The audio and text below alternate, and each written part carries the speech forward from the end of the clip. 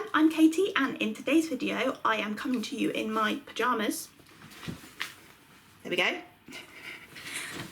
And I'm in my pyjamas because on Friday it is Pyjamarama, so keep a lookout on the BCP YouTube channel because libraries are going to be uploading some special Pyjamarama related content just for you.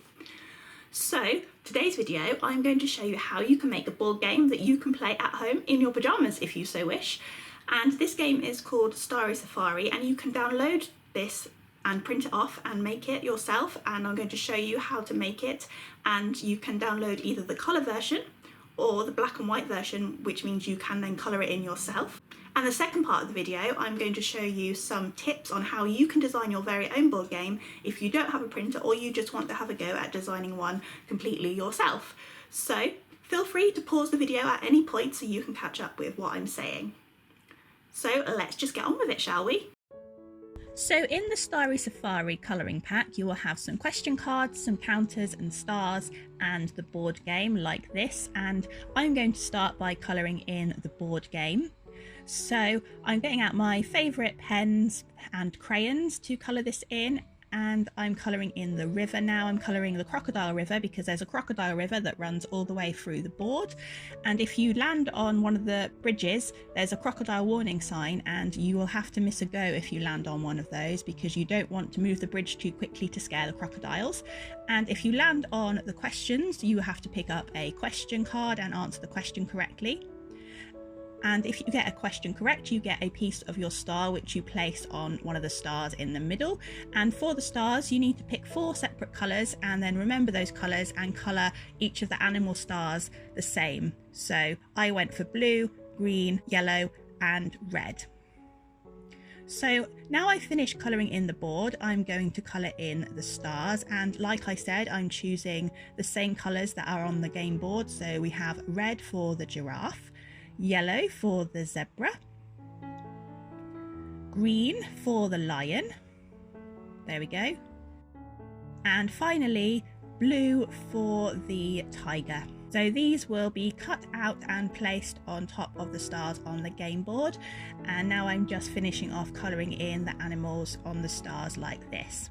So now I'm colouring in 4 counters, and they are different so you can easily see which counter is yours, and I'm colouring all the hats a different colour so it will be even easier to see. So I'm giving this lady a nice red hat. So now I'm colouring in the question cards, which will have your own questions on the back, and if you land on a question then you pick one of these cards up and someone asks you the question, and if you get it right you get a piece of your star. So once you have coloured in all of your parts of the game, you need to stick it onto some card. This will strengthen it and make the game last longer. If you don't have any card at home, you can use a cereal packet, or you can use some packaging that you get in the post from your recycling. That will work just as well because the whole thing is covered with the counters anyway. And you just need to make sure that you put glue on all of the parts of the coloured bits like I'm doing here, so then it doesn't fall off when you cut it out. And once you have glued everything on to your card, you then need to cut out your pieces nice and carefully. And my top tip for if you are cutting things out is to move the thing you are cutting rather than the scissors. So I am moving the counter rather than moving the scissors, and here are the 4 counters cut out.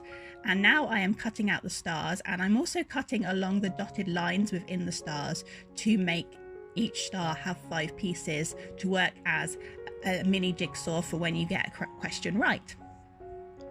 So here are all the 4 stars cut out and the 4 counters. So now I'm making the question cards, and again I am sticking the piece of paper that I have coloured in to a piece of card, and I'm sticking lots of glue onto the question card part and pressing it down.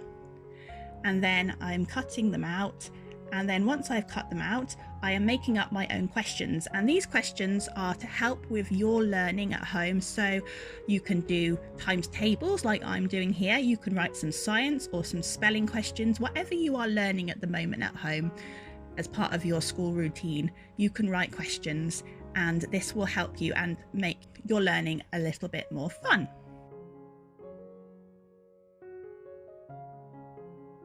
So now I have assembled my game, I'm going to show you how to play. So you can get a dice and move your counter as many as the dice says, and mine was 6. So someone asked me a question, and if I get that question right, I get a piece of my star, and I've chosen the red giraffe because I love giraffes. And I'm going to roll the dice again, and I got 4, so I'm moving 4 spaces and getting another question, and again I get the question right, so I get another piece of my star, and the game carries on until somebody gets all their questions right and completes their star for Starry Safari. So now I'm going to give you some tips on how to design your own board game. So first of all, you need to think of a theme for your game. So I am making a mind map of all my ideas, and it's very helpful to do this because you can have lots of ideas in your head, but once you see them on paper, you will pick out your favourite quite easily. So maybe your game could be about space, the seaside, the ocean, or animals, or even a library game.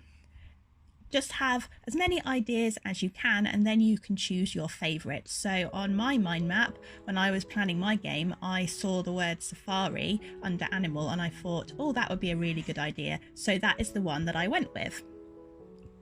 So once you have your idea for your game, you then need to design your board, and I'm just showing you different ways that you can make places to land on. So if you get a circular object, I have a small roll of sticky tape here, and just draw around it several times like I'm doing. This makes a really good space to move your counter.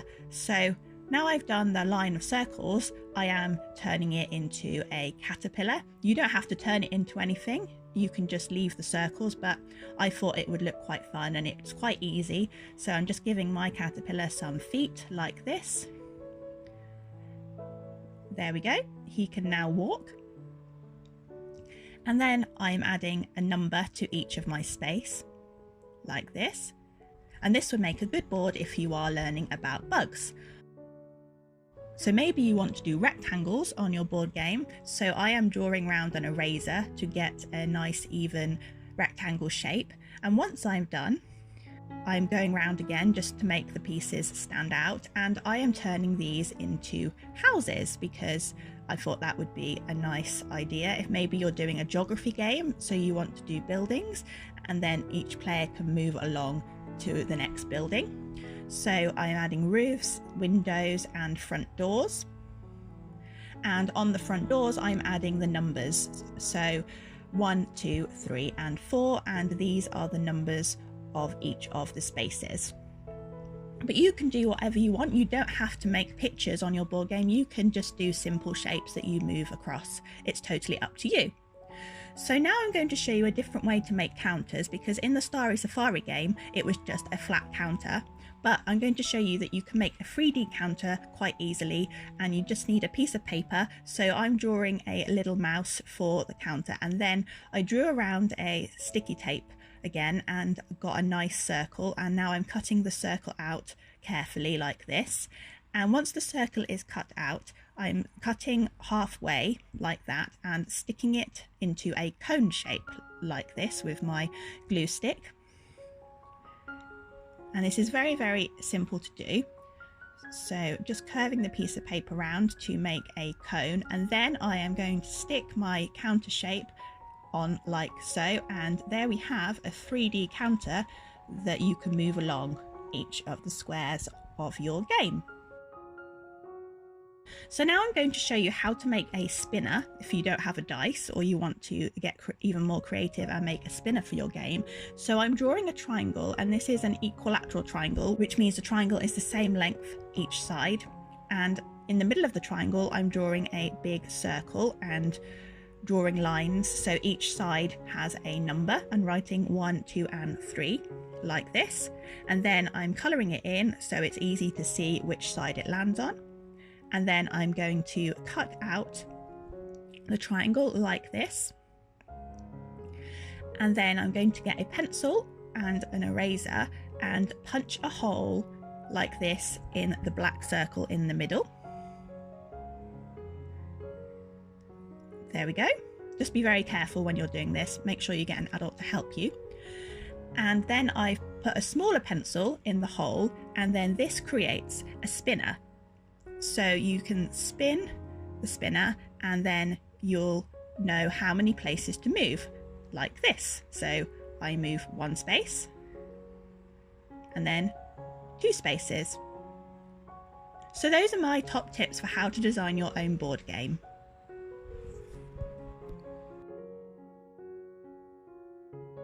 So why don't you have a go at making your very own board game? You can either download the resources in the description below, or you can design your own game to help you with your at-home learning.